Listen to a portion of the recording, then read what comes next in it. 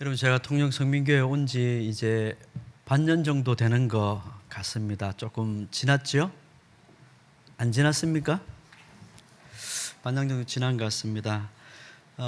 소회를 밝히면 제가 통영성민교회를 다시 돌아와서 제일 깜짝 놀랐던 것이 아멘이었습니다. 아멘.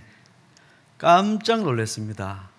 통영성민교회가, 그 도남동에 있던 통영성민교회가 말씀을 듣다가 아멘 하다니요. 제가 깜짝 놀랐습니다. 여러분, 너무 귀한 일입니다. 하나님의 말씀을 듣고 아멘 하는 자에게 하나님께서 복을 주실 줄로 믿으시기 바랍니다. 하나님의 말씀에 진실로 아멘 할 수 있다면 감사한 일입니다. 은혜가 풍성한 일이지요. 제가 일전에 큰 교회, 다른 교회 설교를 듣다가 아멘 집사님이 계신가 봐요. 목사님 설교를 하셨는데 이렇게 해서 천국 가겠습니까? 했는데 아멘 그러시더라고요. 목사님 화를 내시더라고요. 티나 깨나 아멘 하면 됩니까? 그러시더라고요. 그래도 아멘 하는 자에게 복을 주실 줄로 믿습니다. 사랑하는 성도 여러분, 우리 하나님은 하나님을 존중히 여기는 자를 존중히 여기십니다. 우리 하나님을 멸시하는 자는 하나님께서 경멸히 여기신다고 말씀하십니다. 여기서 존중히 여기다, 경멸한다 하는 말을 번역을 이렇게 해놔서 그렇지 그 말 뜻이 무엇이라고 했습니까? 무겁다, 가볍다 라는 것이라고 했지요. 하나님을 존중히 여긴다는 말은 하나님이 내 인생에 가장 무겁고 영광스러운, 영광이라는 단어도 히브리어가 무겁다는 뜻입니다. 하나님을 가장 무겁게 여기는 겁니다. 내 인생에서. 하나님을 멸시하는 자는 하나님을 가볍게 여기는 거죠. 여기 놨다가 저기 놨다가 내 마음대로 옮길 수 있는 것, 가볍게 여기는 거죠. 하나님은 그런 자를 경멸하신다, 가볍게 여기신다고 말씀하십니다. 세상 그 어떤 것보다, 그 누구보다 하나님을 섬기며 하나님 앞에 서는 일을 가장 영광스럽고 귀한 것으로 여기고 무거운 일로 여기는 자를 하나님은 존중히 여기십니다. 하나님 앞에 오늘 하루도, 여러분, 예배가 얼마나 무거운 겁니까? 하나님 앞에 서는 것이니까 무거운 것입니다. 내가 이 예배 가운데 그냥 우리끼리 말씀을 듣는 정도로 여기면 가볍게 여길 것이고, 진짜 하나님 앞에 내가 나아가서 그 하나님을 높이며 하나님을 찬송하며 그 하나님께서 하늘로부터, 자기 종을 통하여 하늘로부터 주시는 그 말씀을 받는 자리라고 여긴다면 무거운 것으로 여길 것입니다. 바로 하나님은 그런 자들을 하나님도 무겁고 귀한 존재로 여기신다고 말씀하십니다. 여러분, 이 일에 엘리의 두 아들이 실패한 겁니다. 하나님 앞에서 제사를 드리면서 자신을 배부르게 하는 일이 하나님보다 더 중요한 일로 여긴 겁니다. 엘리의 두 아들이 제사장이 되어서, 제사를 집례하는 자가 되어서 이 제사를 마치고 제물을 먹는 이 일이 하나님을 높이는 것보다 더 가벼운, 더 무거운 일로 여긴 거죠. 자기를 배부르게 하는 일이. 그리고 그들의 죄악에도 불구하고 아버지 엘리는 그들의 자신의 경고와 훈계를 듣지 않는 두 아들을 하나님보다 더 무겁고 귀한 존재로 여긴 겁니다. 자녀를 하나님보다 더 귀한 존재로 여겨버린 거죠. 자신의 이익, 자신의 명예, 자신의 가족, 자신의 이름을 하나님보다 더 무겁게 여긴 그들을 하나님은 무거운 존재로 여기시지 않습니다. 하나님은 그들을 가볍게 여기시겠다고 말씀하셨습니다. 결국 엘리의 집안을 제사장 가문에서 끊어져 나가게 하십니다. 가벼운 존재니까 하나님이 가볍게 들어서 버리시는 겁니다. 제사장 가문에서 끊어버리시는 거죠.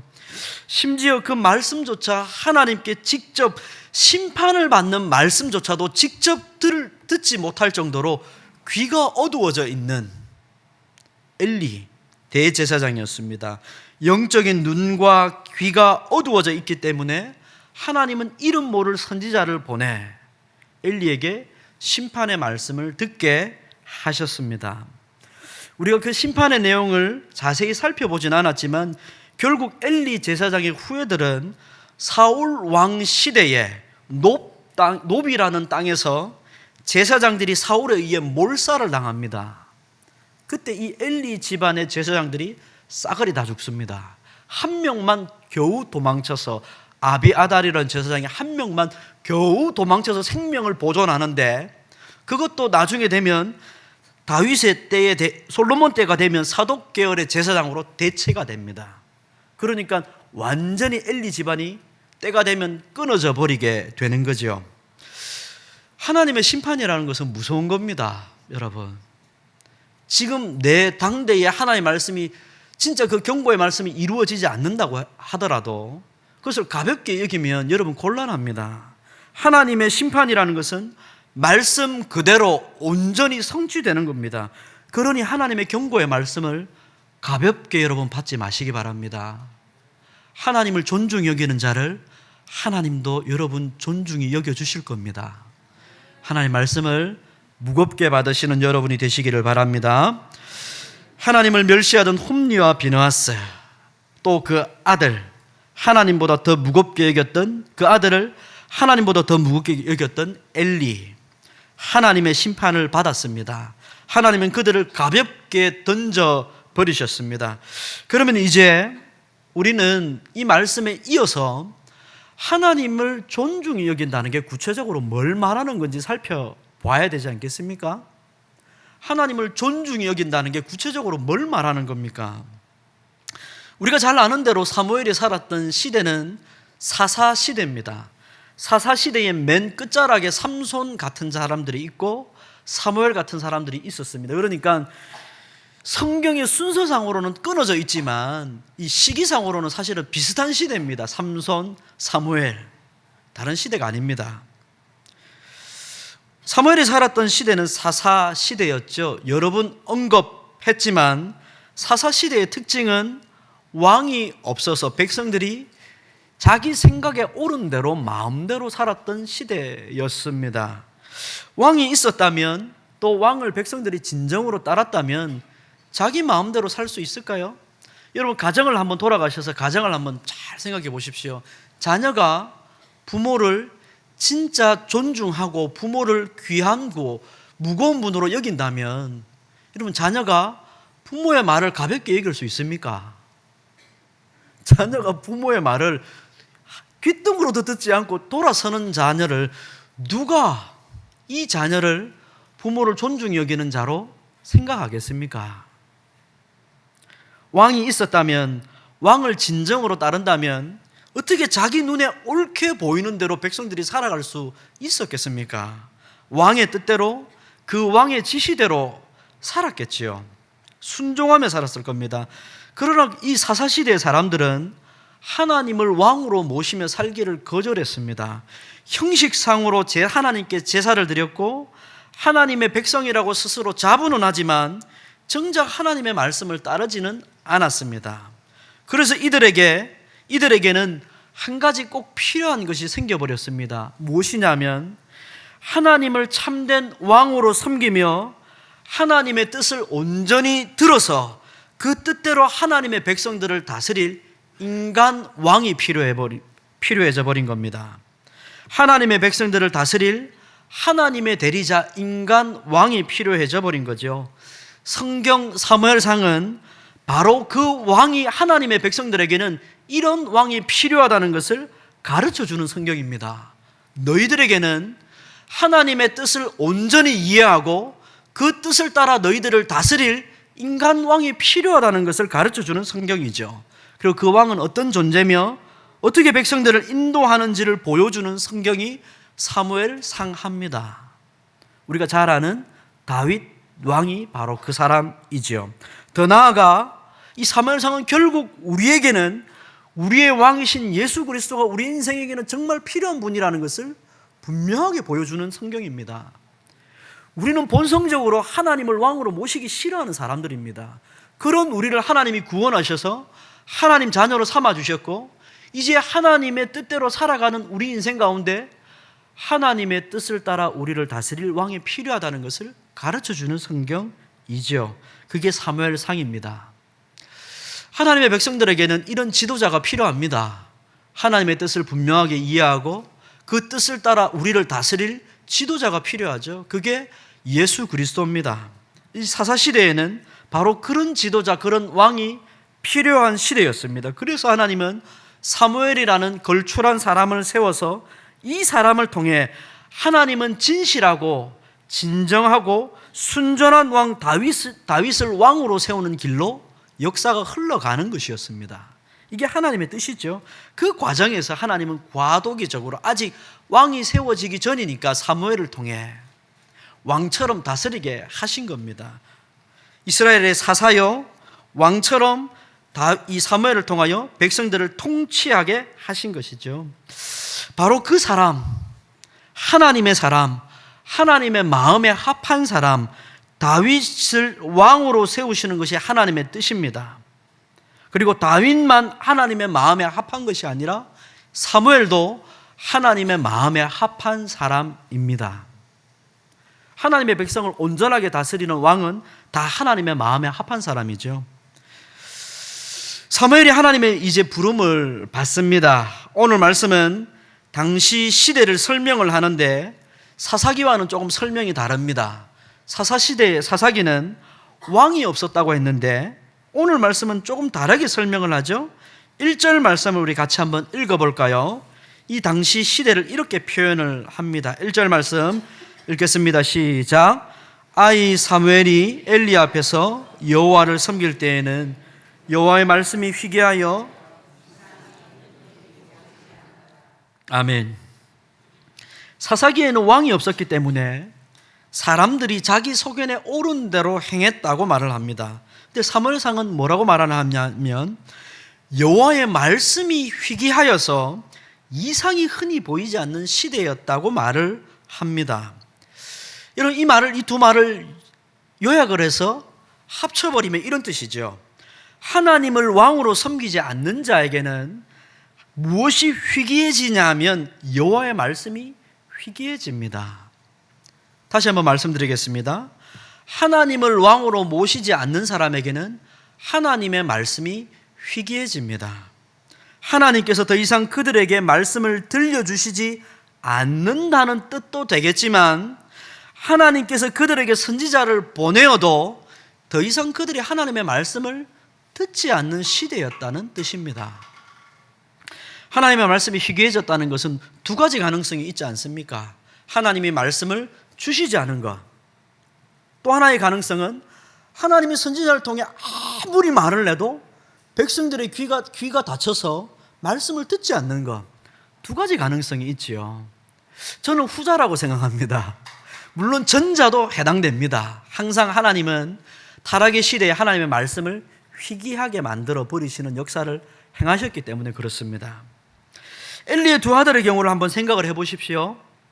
비록 그들의 아버지 엘리 제사장이 눈이 어두워지고 영적으로 둔해진 상태였음에도 불구하고 그의 아들들만큼은 막 나가는 사람은 아니었습니다.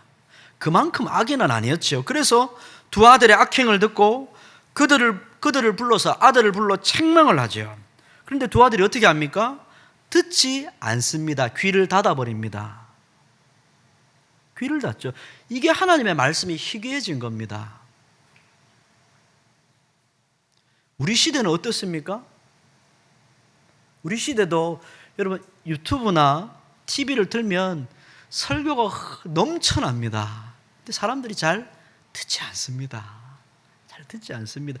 귀는 듣는데 마음이 잘 듣지 않습니다.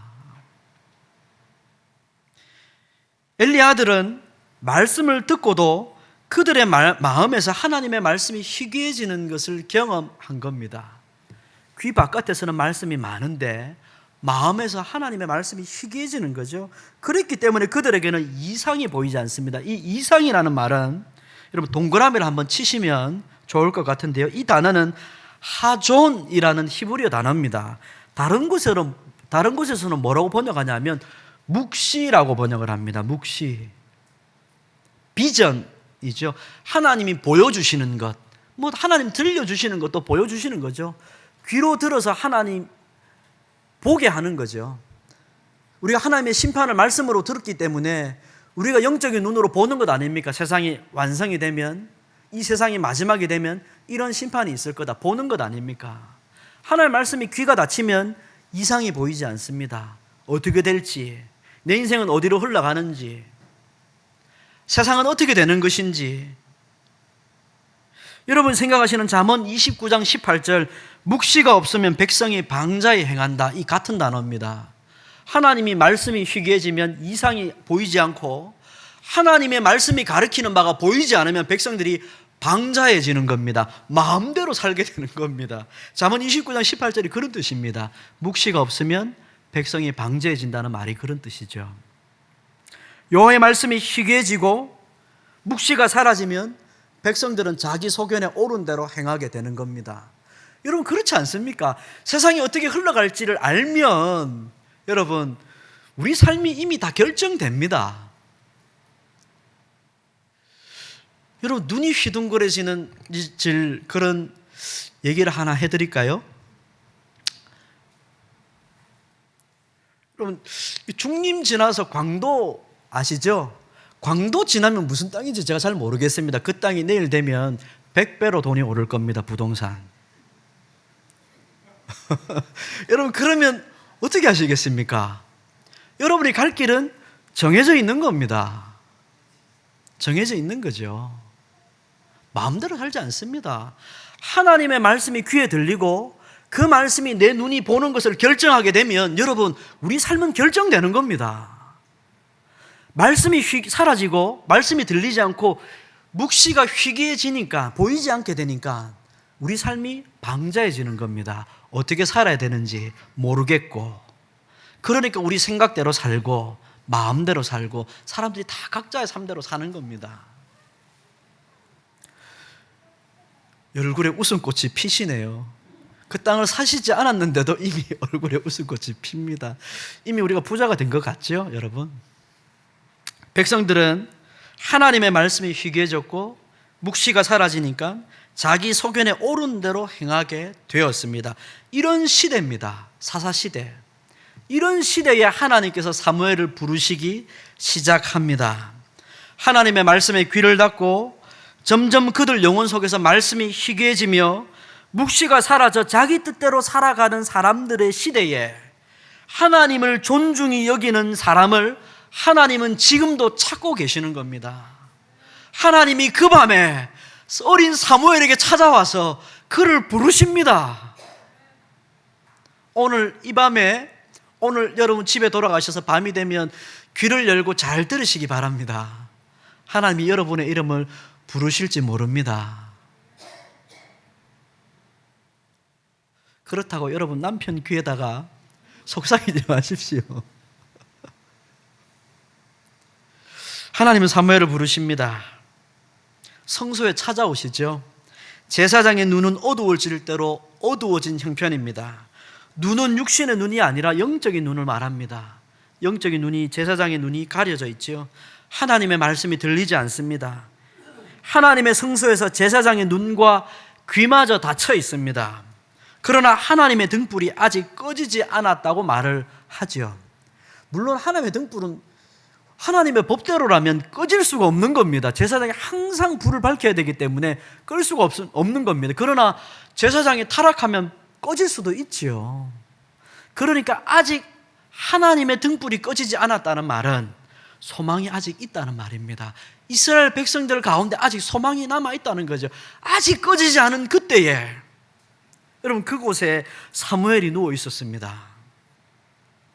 하나님이 사무엘을 부르십니다. 사무엘아, 사무엘아. 사무엘은 바로 하나님의 음성을 듣습니다. 그리고 대답합니다. 처음 있는 일이라 하나님이 부르신다는 생각을 못합니다. 엘리 제사장에게 달려가지요. 엘리가 부른 줄 알았던 겁니다. 엘리는 듣지 못했던 하나님의 음성을 사무엘이 들었습니다. 엘리는 자신이 하나님의 음성을 듣지는 못했지만 하나님이 자신이 아니라 사무엘을 부르고 있다는 것을 알아차렸습니다.